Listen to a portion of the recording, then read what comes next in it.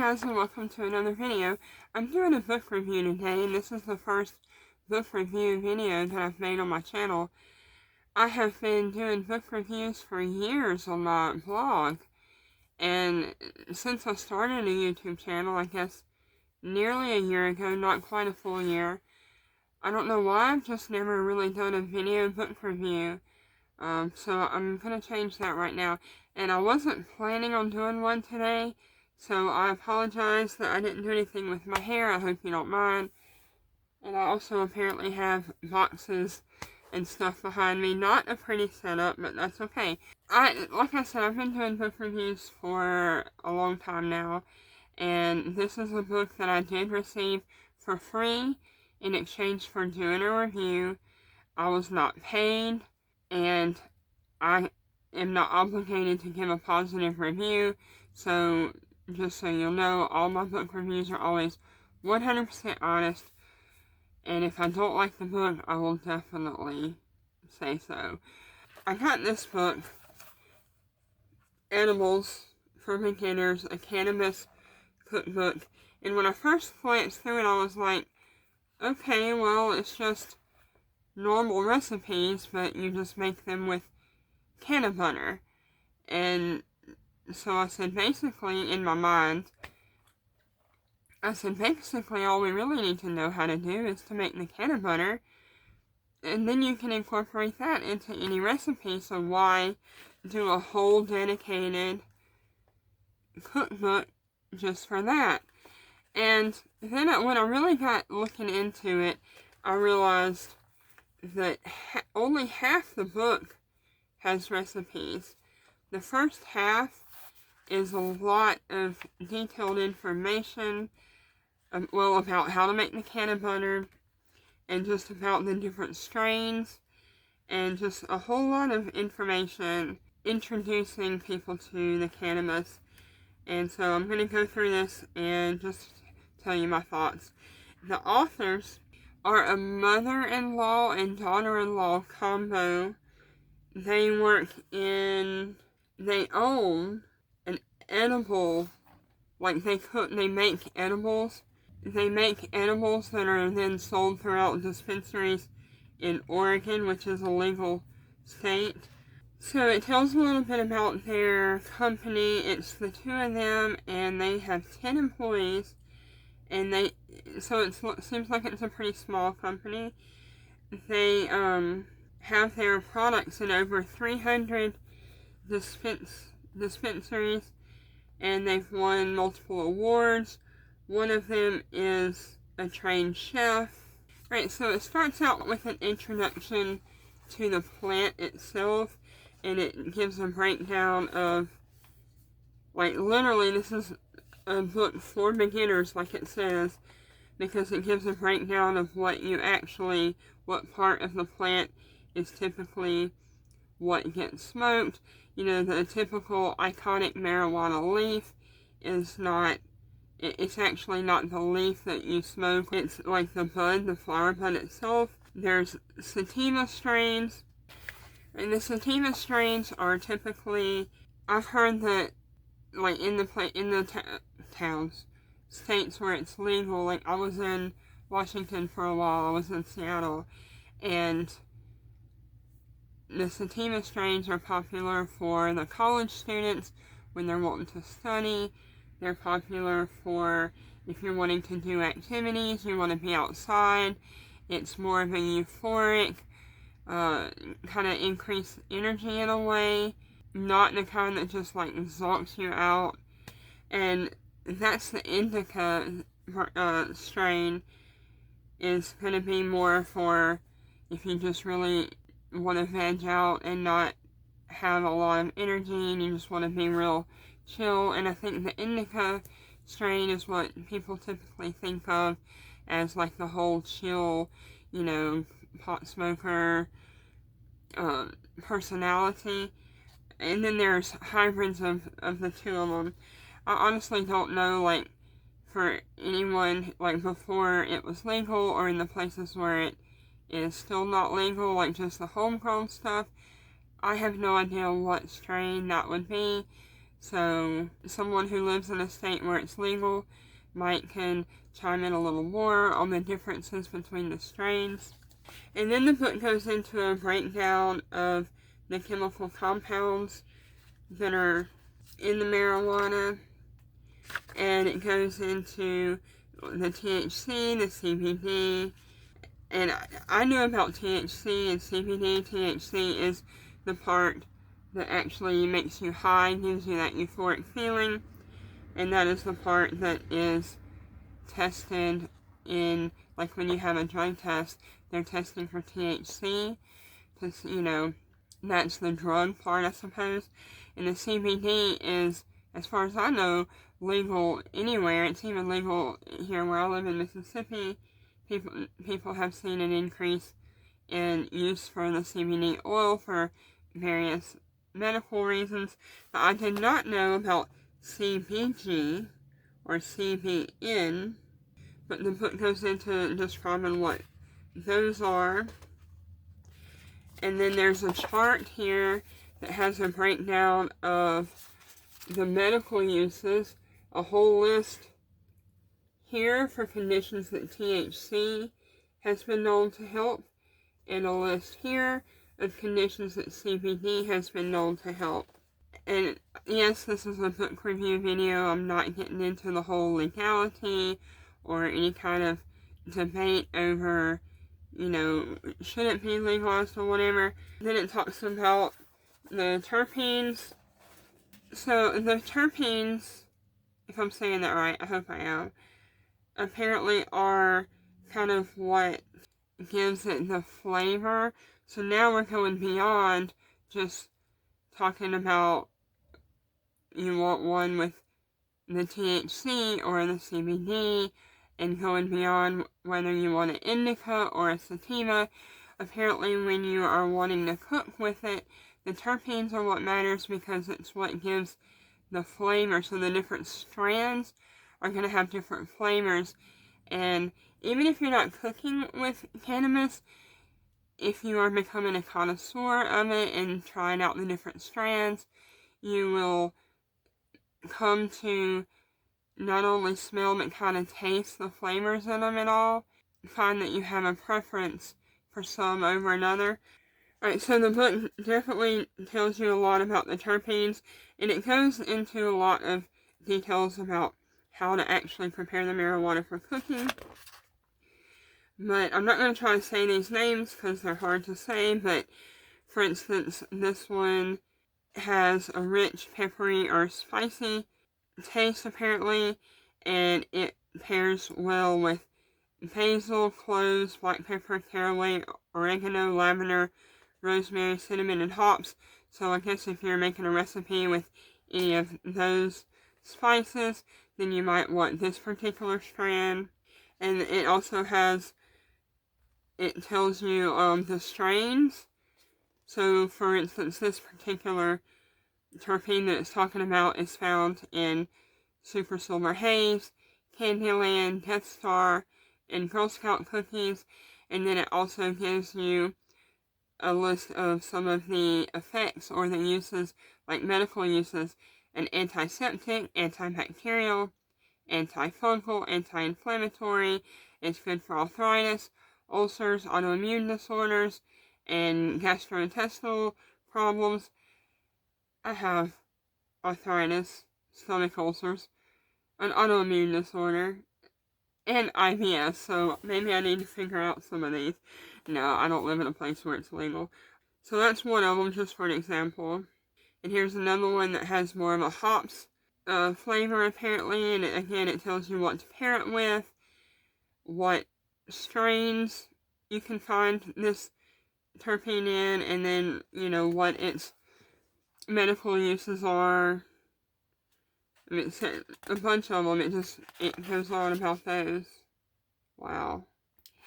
And now it's going to break down in chapter 2. It breaks down the strains according to flavor and tells a little bit about them. So I'm just, from my time that I did spend in Seattle, where it is legal, I'm just gonna see how many of these I recognize. So there's Blueberry Diesel. It says it's a descendant of the famous strains Blueberry and Sour Diesel. And I do know about Sour Diesel. That's what I'm familiar with. This is 0 CBD, but it's a THC. And then it gives you a breakdown of the flavor profile, and then the health benefits. Blue Dream, it says it's a great tasting hybrid. Blue Dream produces full body relaxation with a calm euphoria. It originated in California. It is increasingly popular nationwide. Those new and returning to Blue Dream have noted the enjoyable level of effects, including a relaxed but swift relief to symptoms such as pain or depression without the heavy sedative effects. Blue Dream is a solid choice for those seeking a daytime medicine. And then it gives the flavor profile. It's sweet, herbal, floral, and a fruity strain with tangs of blueberry, mango, and vanilla. And it gives the dominant terpenes in this strain. And it says, we love to infuse tropical desserts, especially mangoes, with Blue Dream. And the health benefits, relaxation and euphoria, acts as an appetite stimulant, and it treats depressions, migraines, nausea, pain, sleep disorders, and stress. So this book goes way more into detail than I thought at first when I received it. So it's not only telling you how to make the canna butter and then how to cook with it, it's breaking it down even further than that, going into a more of the flavor profile, the taste, which strain to pair with which kind of food. This is just a wealth of information. This goes well beyond the days of, buying some homegrown and making, pot brownies with it. This is paring it down to each strain, the flavor profiles of what they go with. Just amazing. Bruce Banner is a strain, apparently. That's not one that I knew. Bubba Kush is another one that I am familiar with. It's a 80% indica, 20% sativa. Kim Dog is another one that I am familiar with, that I know the name of. Far OG, and I am familiar with that one. Never heard of the gelato one. The Girl Scout cookies, I'm familiar with that one as well. I'm not so sure. I don't think I'm familiar with the Godfather OG. Gorilla Glue, I am familiar with this strain. And then we have the Green Crack. I'm familiar with that one too. I've not run across either of these two strains. I am familiar with the Northern Lights, and the OG Kush is a very popular one, I think. I think pretty much everyone has heard of that one, right? Not familiar with the Pineapple Express, but I am familiar with the Sour Diesel. I've never heard of the Strawberry Cough strain, but I am familiar with the White Widow. And that's all the strains that it lists here. I know there's a lot more, but maybe these are just some of their favorite ones or whatever. And then chapter 3 is Cooking with Cannabis. So here you get into the nitty-gritty of how to actually cook with it. So it gives you information about what you need to equip your kitchen with, and shopping for the cannabis, how to do the decarbylation, if I'm saying that right, process. It gives you details about the effects that you get from eating versus smoking cannabis. When you're smoking it, it hits more immediately, but eating, I've always heard that it takes anywhere from like 30 minutes to maybe up to 2 hours for you to start feeling the effects. And it also gives some warnings about, not putting too much in your food to where you get too much high, because then that's not fun. It goes into some serious discussion about, making sure that you have your I guess, your measurements correct so that you're not putting too much in. And then I found this part kind of interesting. It says what to do if you've had too much. Too much THC can be a very unpleasant thing.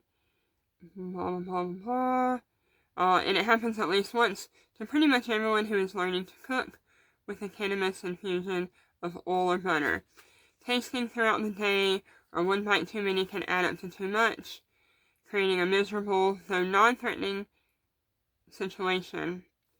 And the reason for, I guess, when you're cooking with it and eating it, the reason it is easy to indulge too much is because since it does take a while to kick in, you won't realize that you've taken in too much until it's too late. Whereas with smoking it, you get the effects more immediately and then you know when to stop. And I've also, when it comes to drugs or anything, I mean, alcohol is legal, but you can definitely overdose on it and die. Other than having some unpleasant effects from too much marijuana, you can't overdose on it. So too much, it can cause dizziness, nausea, vomiting, hallucinations, poor motor skills, and extreme anxiety. Just remember that it is not fatal and it will go away in time. So when it comes to cannabis, less is surely more. While you wait for symptoms to go away, try to remain calm and do not drive or operate heavy machinery. Take it slow, and if it goes sideways, it gives some tips on how to get over it. Try to go to sleep, drink lots of water, watch a Disney movie, and in parentheses it says, not Bambi. Take some CBD, eat an orange, because apparently the citrus, somehow, it does something to help it move through your system faster. I'm not sure. I remember reading that, but somebody correct me if I'm wrong. Remember that you'll be fine. I've never heard about this before. Chew a tiny bit of black peppercorn to tamp down anxiety. Listen to music, color, or eat something not infused. And then it gives the recipe for canna butter, or how to make it. And then also canna coconut oil, because you can cook with it. How to calculate the dosing, which is very handy. And then here we are in the middle of the book when we come to part 2, and the rest is full of recipes. And it's anywhere from, like, the first section is munchies, so it's snack food, popcorn, grilled cheese bites, pigs in a blanket, bacon wrapped poppers, just to name a few. There's more than that. And then the next section, brownies and other dessert bars. And one thing I wish there were more pictures. There's kind of a picture at the beginning of the chapter, but each recipe doesn't have a picture. I wish it did. So there's brownies, there's pecan bars, lemon lime bars, a few other types. And then the next section is specifically cookies, oatmeal date cookies, double chocolate vegan cookies, so just to name a few. And there will randomly be a picture, not at the beginning of a chapter, just, one of the recipes here and there might have a picture, but they don't all. I wish they did. And then it goes into cakes, or like bread loaves, like it has mocha cupcakes, it has banana coconut bread, it's got a lemon poppy seed loaf, chocolate zucchini bread, different types of breads, cupcakes, that kind of thing. And then there's sort of a miscellaneous other sweet things where it has popsicles, banana pudding, hot chocolate with caramel, even popsicles like the picture shows, which it shows on the front of the book as well. So as far as my review goes for this, from a 0 to a 5, with 5 being the best and 0 being the worst, I've got to give it a 5. My first impression when I got it and I looked through it was like, well, who needs a whole book for recipes when all you really need to know how to make is the canna butter, and then you can just substitute that for anything that requires butter, and you've got a recipe. And yes, that is a very simplistic way to do it if you wanted to go old school, like before it was legal in places, and you just wanted to make some brownies. I think people, before I looked into edibles and got this book, I didn't know that you made like a can of butter out of it. I thought people were actually putting the pot itself into the food and eating it, but no, apparently not.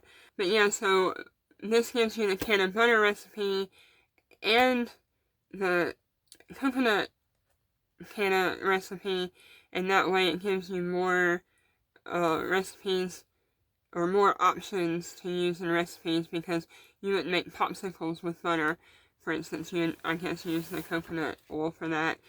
But more importantly, it gives you a whole breakdown of the flavor profiles of the different types of cannabis and pairing recommendations for that, and dosing, so that you have a pleasant experience and don't end up like taking in too much. So with the wealth of information in this, I'm going to give it a 5 stars.